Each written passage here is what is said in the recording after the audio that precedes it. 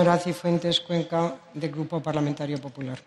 Muchas gracias, señora presidenta. Muy brevemente, porque esta es una de esas ocasiones en las que coincido absolutamente con todo lo que ha dicho tanto la señora Sabanés como la señora Moya. Bueno, coincido tanto con la señora Moya que incluso nos hemos puesto las dos del mismo color, vestiditas iguales hoy.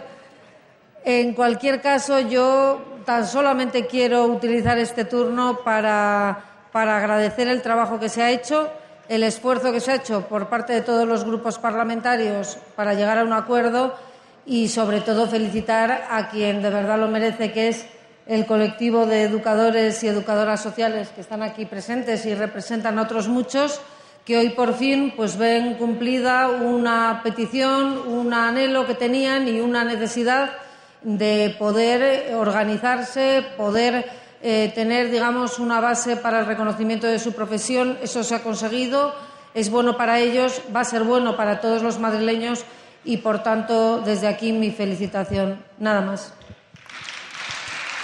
Gracias.